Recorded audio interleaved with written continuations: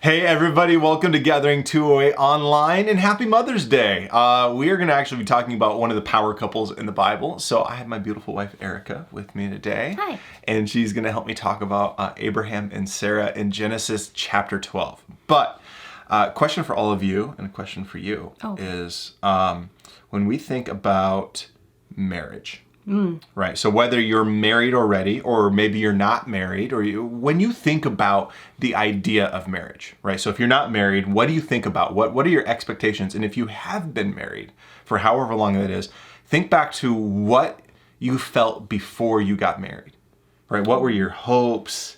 What were your dreams, your aspirations? What were your expectations of what marriage was going to look like? So lovey-dovey. Right? Yeah, lovey-dovey, the lovey-dovey's, the tingly-winglies, right? Just like madly in love with just goo-goo eyes all the time. And then you think about, okay, what's life going to look like? Right? Got the perfect job, perfect marriage. White picket fence. Kids. 2.5 kids. 2.5 kids. I don't know what the half kid looks like. He's either. Weird. We still love him. We still love him. Dog. Right? Dog. Cat. No cats. And like your kids always behave in public. Life is always together. Finances are in order. Right? And then you fast forward. Right? So we've been married for 14 years. Yeah, 14 this year. 14 this year. Yeah. Right. And you ask people at some point, just like take a snapshot at some point into your marriage, and you ask somebody, so what's your expectations of marriage? And a lot of times it's like, we're just trying to stay married. Live. We're trying to pay the bills, right? We're trying to not kill the kids or keep the kids out of jail. Yeah. We're like, essentially we're just trying to survive. For sure. We're just going to make it through. Yeah. And that's been kind of our own story. Yeah. Right, when I think about when we first met back in high school. You don't remember when we first met. So all these couples have this story of like, and I met eyes with her across the room, and you met eyes with me. I was like, ooh. But I did not meet eyes back. You met me and you just don't remember. I apparently was introduced to you. True story. But I was also trying to potentially date your friends that introduced you to me. It's awkward.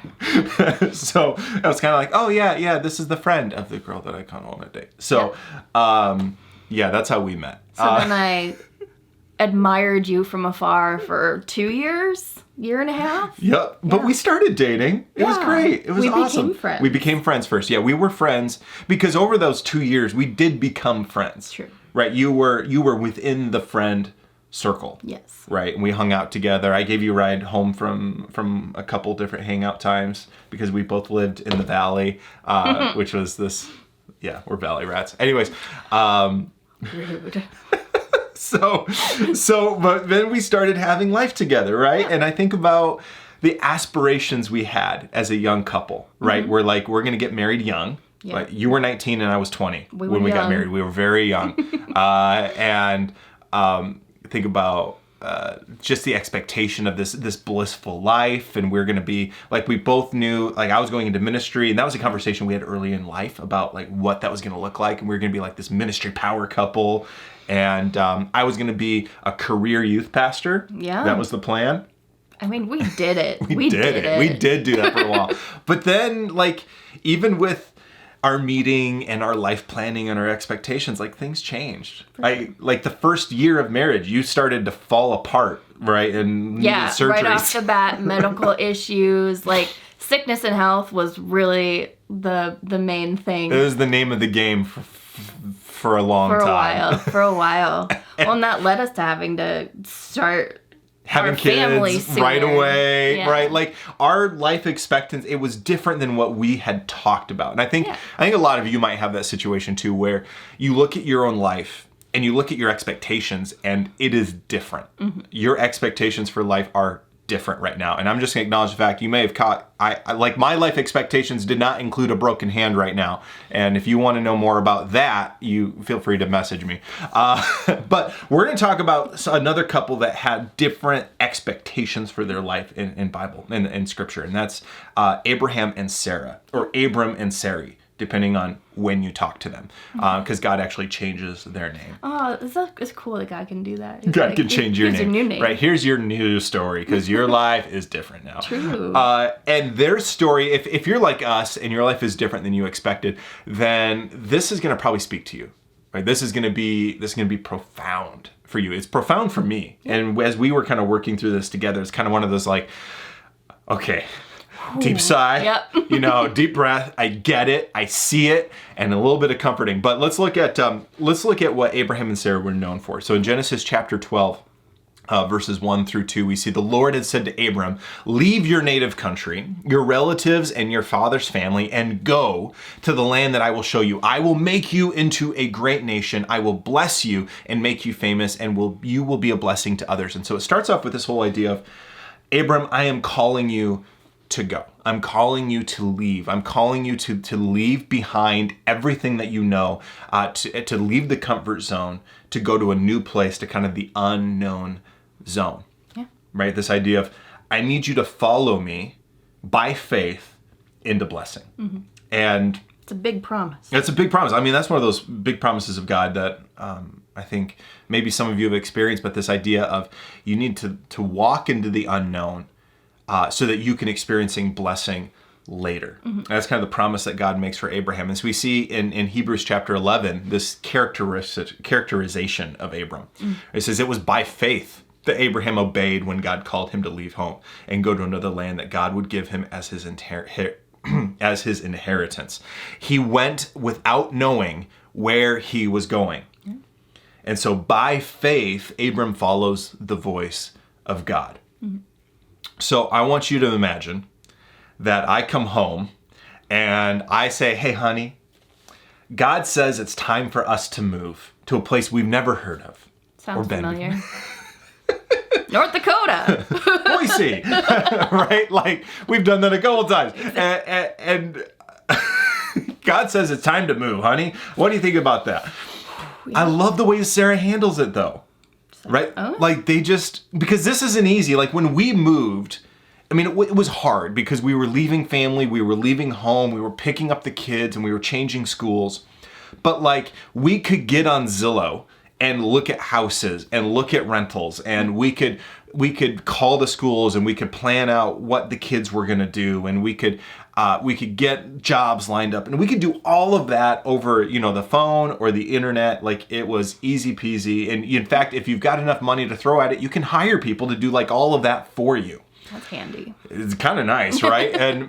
But when Abram and Sarai moved, this wasn't easy. No. Right? There's no moving truck. There's no U-Haul. There's no freight. It is literally like pack up the camel, right?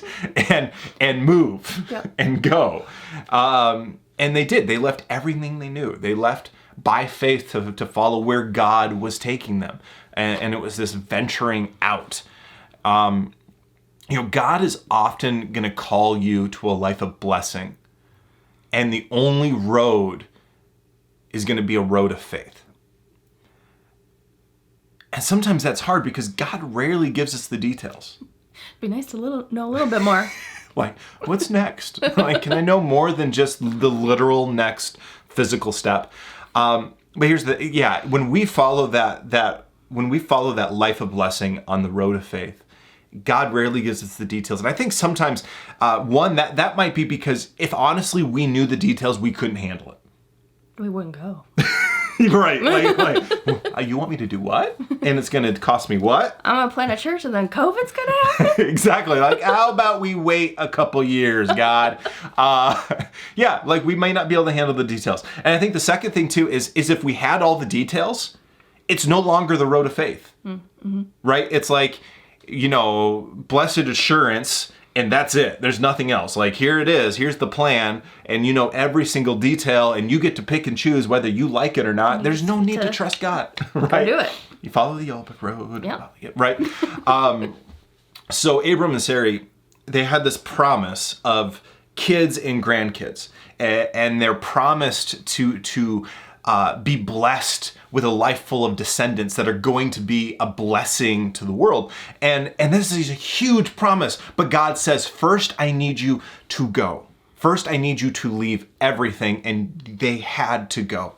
And so when we look at their life closely, and even though they're known as people of faith, they weren't always faithful. Sometimes they were faithless, right? They didn't always have faith. And this is a huge blessing to me, right? And maybe for you and maybe for all of you where it's like, what? People in the Bible who are known for their faith had moments of faithlessness? Like that's kind of one of those, like here's the waiver, right? Like you're okay, right? I mess up, they messed up, it's going to be okay. There is hope at the end of the day. Mm-hmm. And so we're going to first look at how Abram messes up and falters. And then we're going to look at how Sarah, his wife, messes up and falters, right? And then we're going to watch as both Abraham and Sarah together mess up and falter as a couple. And it's going to be awesome. Might as well do it together. If you're going to do it together. And so the good news is that when they were faithless, God is always faithful.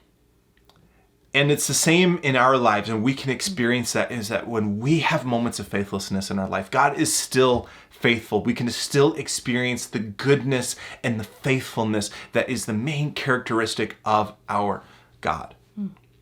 And so what typically happens when life doesn't go as planned?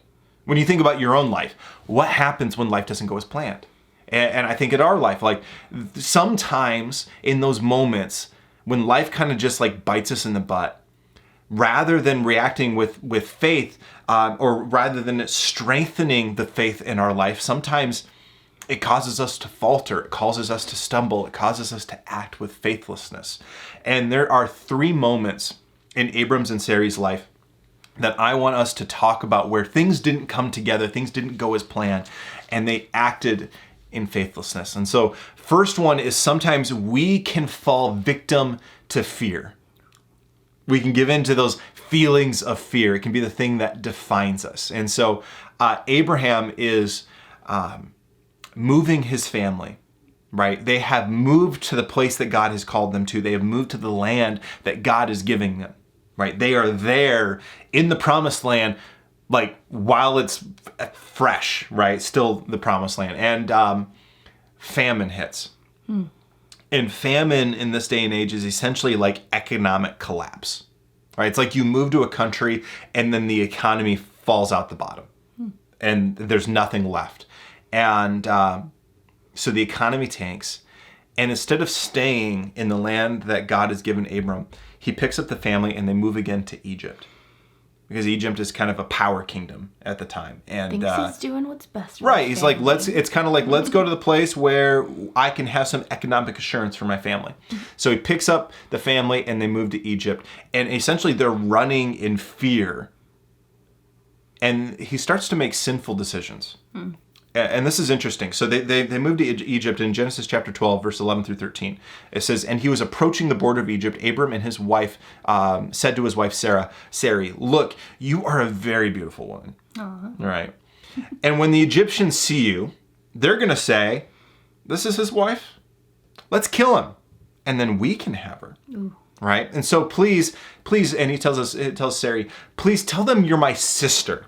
Then they will spare my life and treat me well because of their interest in you.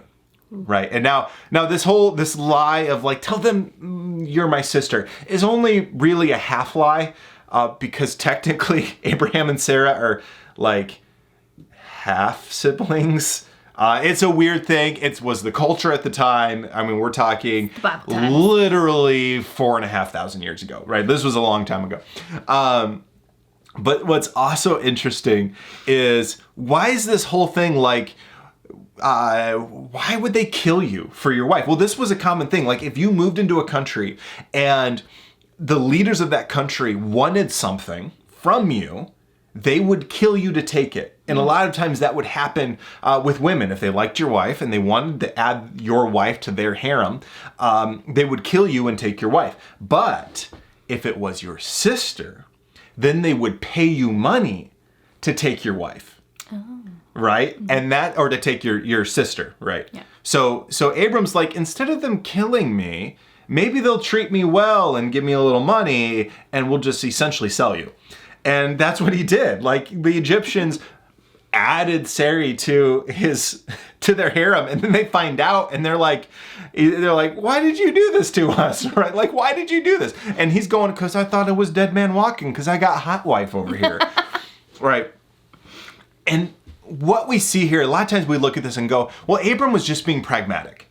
Right? He knew the situation, he knew the context, he knew what he was walking into, and so he was just trying to do what needed to be done to stay alive. Survivalism. Exactly. I'm thinking, like, at first time I read that, I'm like, okay, that makes sense. I understand the motivation, but then I go, wait, God made him a promise to have descendants, and if I remember back to high school biology, if you want to have descendants, you have to be alive. Yeah. Right? Like, you can't be dead. Exactly. And so this meant that hey, Abram's not acting pragmatically, he's doubting God.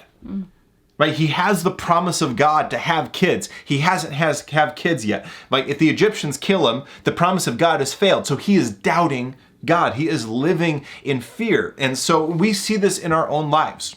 We can act out of fear and it gets us off track from God's blessings. Maybe you live in fear of marriage. Right? Maybe your parents' marriage growing up was not good, or maybe it wasn't a healthy relationship, or maybe you've experienced divorce in your life, or you look at your spouse and go, what if they cheat on me? Like, what if they take everything away from me? What if they somehow like hurt me or break me? And so like, I'm just not going to get married. I'm going to put it off. You know, maybe tithing. Right? Like tithing, we give 10+% of our income back to God through tithing. And that's a hard decision sometimes. Scary. And it's scary. And there's been times where like, I don't know if I want to do it. And I think we could use that to buy groceries. Exactly. Groceries and gas are also good, God. And sometimes we live in such financial fear that we're like, I can't take that step, you know, or being generous, living generously, like, you know, giving that last 20 out of your pocket to someone who could maybe use it more. And you're like, but what if I don't have it? What if I need it? Yeah. And it's frightening. It's terrifying. Conversation we've had, foster parenting. Yeah. We're like, it's like, there's a piece of me that goes, maybe we both talked about this. Maybe we should be foster parents. And we're like, but it's scary. It's are unknown. we to the point? It's unknown. And it's terrifying. You know, having kids, starting a new ministry, starting a new discipleship relationship or community group or something like that. And it's terrifying. And sometimes that fear causes us to stop doing the things that God has called us to do. And that means we can't live in the blessings that God has called us to live in. And so instead of building up an increasing faith, sometimes we tear down an increasing fear. So when you and I got married, and we've been married, there have been multiple times in our life where we have had to talk each other into faith and out of fear. Yeah, absolutely. Like being called to church plant even, that's something that we were terrified to do, and we really had to come alongside one another and encourage each other that, you know, this is what we're supposed to do and we can do this. Absolutely. And you know, here's the thing, God has spoken. God has spoken in a lot of our lives. God has spoken in Abram's and Sarai's life. And God is leading us. And faith, we have to have that faith talk that leads us to do the things that God is prompting us to do. And we need to have that voice in our life. And I know we have to be that voice in one another's life where we're like pushing each other towards the things that God has called us to instead of into the things of fear that take us away from God. Yeah. And that's tough sometimes. Because sometimes it's taking you out of a comfort zone even. Absolutely. Like a very comfortable life and saying, oh, let's uproot this and do something different. And so we see Abram panics, right? Abram panics. He already has the promise of God, but they're like, they're going to kill me. And so he starts living in fear. He stopped believing the promises and gave into fear. We also see that not only can we fall victim to fear, but we can get ahead of God. Absolutely. That's exactly what Sarai did. She's like, God, you aren't doing what I want you to do as quickly as I want you to do it. So you're taking too long. You promised we'd have these kids. There's no kids yet. I'm tired of waiting. So what does she do? She makes it happen. She forces and manipulates the situation. She says, I'm going to bring some action because I don't like your timing, so I'm going to do it myself. So in Genesis 16, 1 and 2, now Sarai, Abram's wife, had not been able to bear children for him, but she had an Egyptian servant named Hagar. So Sarai said to Abram, "The Lord has prevented me from having children, so go ahead and sleep with my servant. Perhaps I can have children through her." And Abram agreed with Sarai's proposal. Well, of course he agreed. I mean, you're like offering up. Here's this lady. I mean, but let's be honest. Her name's Hagar. I mean, it's not cute. The only Hagar I know is Hagar the Horrible, right? So I just imagine that this is like this Egyptian woman with like a Viking helmet. She's like, "Hi, what's your name?" Hagar. Oh my gosh. Anyways, you were saying. Yes. Sarai felt this pressure to have children because it had been promised to her. So she's like, well, I am obviously not going to have kids, so let's do it through her. And this wasn't uncommon at the time, right? Like, it was fairly common. Back then, there's not fertility clinics, there's not adoption. Your option is, and what people did in the time is like, oh, I can't have a baby, here's my servant, have a baby with her, and we'll raise it as ours. And that's exactly what they did. Hagar, it's kind of like old school surrogacy almost. Yeah, surrogacy, but a little different. Yeah. A little more shady. So she said, perhaps I can build my family through Hagar. And she didn't say, God can do this. God can make his promises happen. So she said, I can do this. I can build my family through Hagar. And God didn't do it, so I'm going to make it happen. I'm going to force it. And Abram gave in. Hagar had his first son, Ishmael. And that didn't go well. No, there was like cat fights between Sarai and Hagar, and like there's like weird favoritism things. I mean, you can't blame a woman for No. wanting to raise her own child, but well, now you've got this for the first time. They've got this other woman who is in Abram's bed. Yeah. And while that may have been common in a lot of cultures and a lot of other family units at the time, it wasn't in their life. No. And so that was causing just jealousy and years of trouble, years of pain. And it makes me think, how often do we get ahead of God? Yeah. How often do we get ahead of the timing of God? We're like, you know what? I'm going to settle. This is what I can make happen, and it's kind of a reflection or a shadow of the promise of God. So that's what I'm going to settle for. Or I can force it. I can make it happen. We see that in relationships. We're like, well, I feel like God has promised me, a husband or a wife, and this person is technically going to be a husband or a wife. Technically, it's a person. Technically, it's a person, and they're like, yeah, but they don't love Jesus. And they're like, well, technically, they're kind of mean to you. Like, well, technically, it's like they kind of treat you like horrible. And like, well, technically, it's a relationship. In finances. We do this all the time. We see this all the time where people are like, I feel like I'm supposed to have blessing. I want to live the life that my parents had that took them 50 years to build, but I want it now. I want what that guy on Instagram has. Exactly. And so then we get in all kinds, the Instagram buy now button, seriously. It's dangerous. And so all of a sudden we see just massive amounts of debt. And that's saying, I want the blessings now. I'm not going to wait for the financial provision. I want the blessing part now. And we just take on this load of debt that is crushing. Absolutely. Even good things. We're like, I want you to know Jesus. And so I'm going to shove Jesus down your throat until you got some Jesus. Right? Or jobs that you hate. Yeah. Just be like, oh, I hate this job. I'm out. No, you kind of got to have something lined up if you want to eat and live in a home. Yeah, eat. What is that? To eat and sleep indoors, right? And we get ahead of God. And so we're like, God, you said this, you said, and you're not. Yeah. And so because you're not, I will. I'm going to force it. Because we're going, God, where are you? It can be lonely. It can be. And it can be hard because it's like we expect all these things and yet God's timing is so different than our timing. And we're like, where are you? But here's the reality is that God is rarely early, but he is never late. He's rarely early, but God is never late. And so when we are waiting on God, sometimes honestly, it can feel like we've somehow failed. And I think that's because we can mistake the promises of God for the demands of God. And we go, God, you promised me this, and it hasn't happened.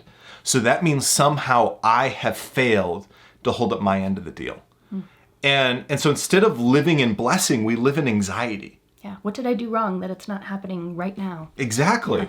Yeah. And so instead of following this road of faith that leads to blessing, we follow this road of failing that just leads to anxiety. And God has perfect timing. And waiting on God, and this is the hard part. When we are waiting on God, that is not passive living, right? That is, when we're waiting, I think that can be sometimes the most active times of faith in our life. Yeah, because we're just fully relying on God. It's like faith-filled, Yeah. right? And while we're waiting on God, that doesn't mean we're just like sitting on our hands or twiddling our thumbs. Like, we get to live in active service of God where he has us at that time. Yeah. Even if we're not experiencing the fullness of the blessing that God has promised us, or that we feel like God is bringing in our life in the future, that doesn't mean we just kind of twiddle our thumbs waiting for it to happen. Sometimes we are diving into the hard work that's in front of us right there. And so Sarah panics. Yeah. Right? She's feeling this tension. She's feeling this anxiety. She's feeling the pressure. And things are not going the way she wants. So she forces it. Yeah. And she gets ahead of God. And when things don't go as planned, it is easy to start making decisions based on fear, right? We can fall victim to fear. We can get ahead of God. And I think the last thing that a lot of times we can do is we just don't believe that God is going to do it. Right? We just don't believe it. Yeah. You know, we go, God does miracles, God answers prayers, and he does it for all those people, but he's not going to do it for me. He's never going to do it in our life. Yeah. And Abram and Sarah get to that point, right? They're old, right? They're getting old, like 100 years, 90 years, like they're old. And the promise that God gave them is 30 years old at this time. Wow. Like when Abraham got the promise, he was over 70. Right. Like older than our parents. I know. And then 30 years goes by. And I don't know about you, but if God promised that I was going to have a kid, I'm going to start decorating the nursery. You're going to get ready. Yeah, we're going to get ready. We're going to nest. We're going to make it beautiful. It's going to happen. We get 6 months down the road and you're not pregnant. Yeah. We're going to start asking questions, right? And we did this in our own life. I mean, It took us a year to have Liam. And it's like, you start going to the doctor. You're like, something's wrong. Yeah, like what do we need to do? What do we need to change? Is it a diet issue? Is it a supplement issue? Is there something else going on, right? Yeah.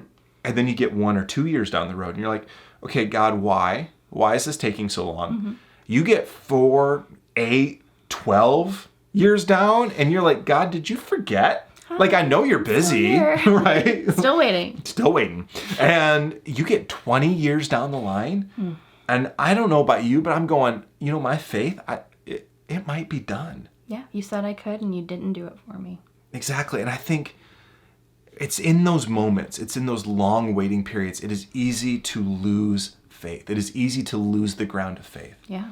And so many of us would experiencing that. Like if we were waiting for 30 years for God that we audibly heard the promise and we waited 30 years and it never happened.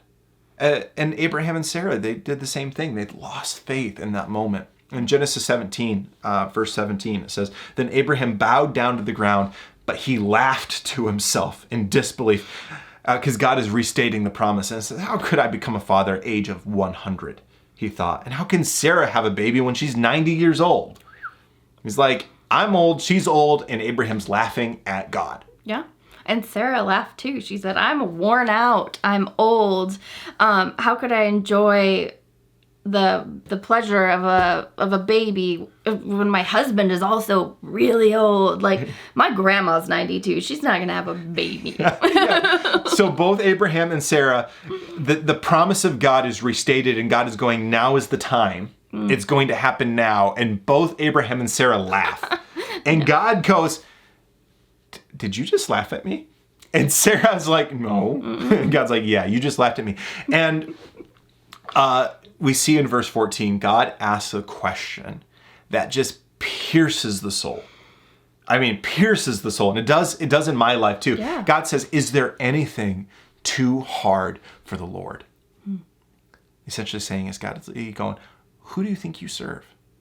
Do you remember who I am? I know it's been 30 years. I'm well aware of how much time it's been. I kind of created that whole time thing, right? Like, who do you think I am? Is it too hard for the Lord? And this is a faith-shifting question. Yeah. And he basically is going, oh yeah, like who's the God that I serve? Right? This is the God that says through him all things are possible, right? And I think a lot of times what's being asked in our life is, can we take God at his word? Can we take God at his word? Can we believe the things that God says to us? In our own struggles, our own disappointments, our own hardships, do you really think that anything is too hard for the Lord? When your finances are messed up, when your relationships are on the rocks, when your friendships are crumbling, when your marriage is falling apart, when your relationship with your kids is estranged and they're like, living lives that you're just going, oh, I don't get what happened, right? And you face those situations. Is anything too hard for God? Do you think that God cannot do a miracle in those situations? And I think that's an invitation in our life, to invite God to be the center. We talked a lot about making God the center of our life back months ago when we were going through 1 John. Yeah. But when we look at where God is supposed to be in our life, like, yeah, he should be priority, but it's not like a checklist where it's like, oh yeah, first thing I did, I prayed this morning, yeah. I read some Bible this morning, I worshiped this morning, yeah. And then we move on with the life. No, it's not that God is like the first thing on a checklist. It's that God is at the center of everything we do. He's woven into our daily lives. Absolutely, and it's the motivating relationship. It's the motivating principle of how we live our life, of how we express ourselves in our marriages, yeah. Right? What the foundation of our relationship is, the kind of friendships that we have, the kind of friend that we are, the type of employee we are. Is God at the center of our jobs and the way that we conduct ourselves in our careers, our relationships, with one another, with our kids, with our families, and we have this invitation to just invite God to be the center of those things. Mm-hmm. And here's the thing. At Gathering 208, we don't play at the church thing. Like, this isn't a show up and feel good. And I mean, we want you to walk away going like feeling closer to God, but it's not like, hey, show up for the show and hope you had a good time and hope it encouraged you. Now go back to your week. It's like that whole, is it Jim Gaffigan? He's like, hurry up, I got some sinning to do, right? Yeah. Like, no, I showed up and now I gotta go. And that's not what we're about. We don't play at Jesus follower, mm-hmm. right? It's not like, yeah, just checked it off the list. It's like, no, God is center, right? And this is a recentering time. And then we go back to our life making God the center. And it's a choice. It's a daily choice that we make. And here's the cool thing. When we make God the center, essentially God's like, all right, buckle up. Because here we go. Now we're going to see God do things that only God can do. 5-point harness. This is not just a shoulder strap. Buckle up. No 3-part Volvo, Anyways, when life doesn't go as planned, like, buckle up, embrace God. When we don't get all the things that we want, when we don't feel like we have all the things that we need, just go, but I need him. Yeah. When he alone, when we feel alone, mm-hmm. right? Realizing that he has to be enough. Mm-hmm. When our faith falters, just going, okay, I can hang on to him. Mm-hmm. Because the good news is that even if you are faithless right now, so were Abraham and Sarah. Mm-hmm. Right?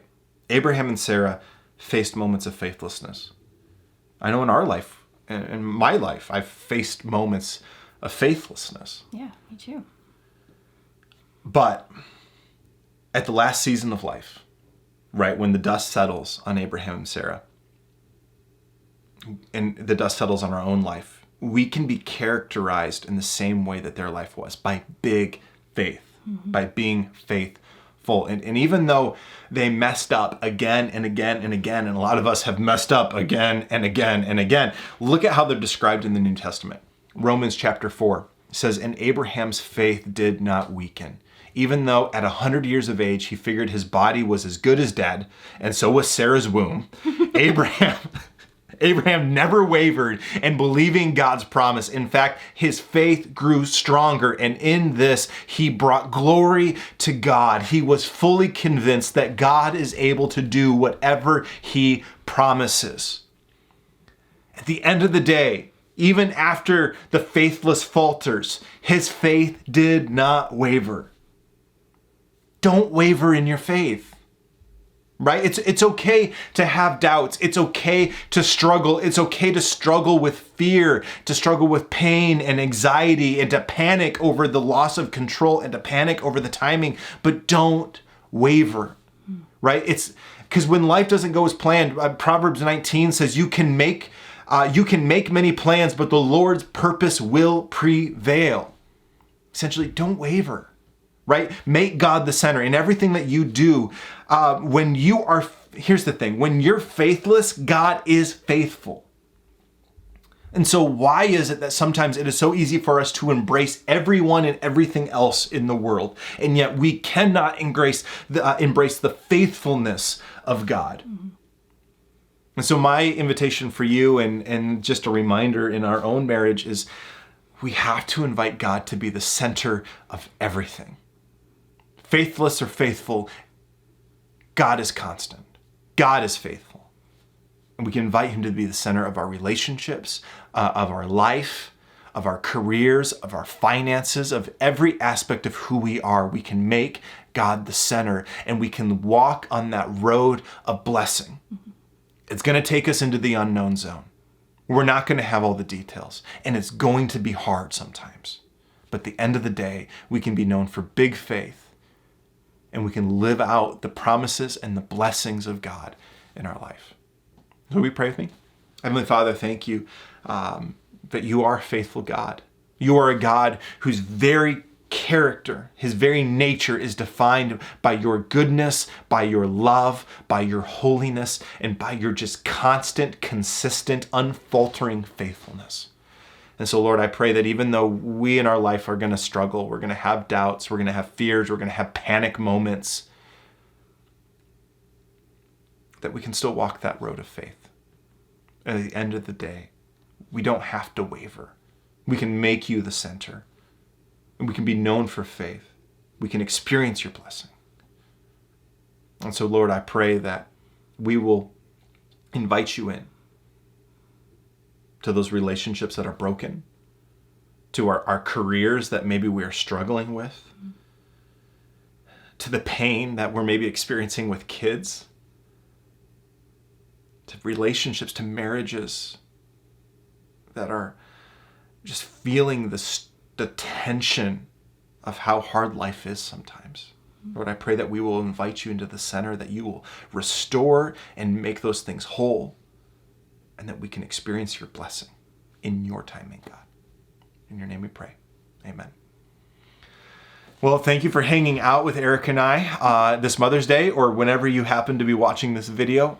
We hope that it is a blessing for all of you, and so thankful for you for joining. If you want to know more about who we are, you can find us at gathering208.com. If you want to support us, you can go to gathering208.com/give, and there's a link there that you can make videos like this still possible, as well as the ministries that we do here in Boise, but also in Seattle with the Hackett family, and just love and support them as well. And if you're ever in the area, we'd love to have you join us 6 p.m. on Sundays downtown at the District Coffee House.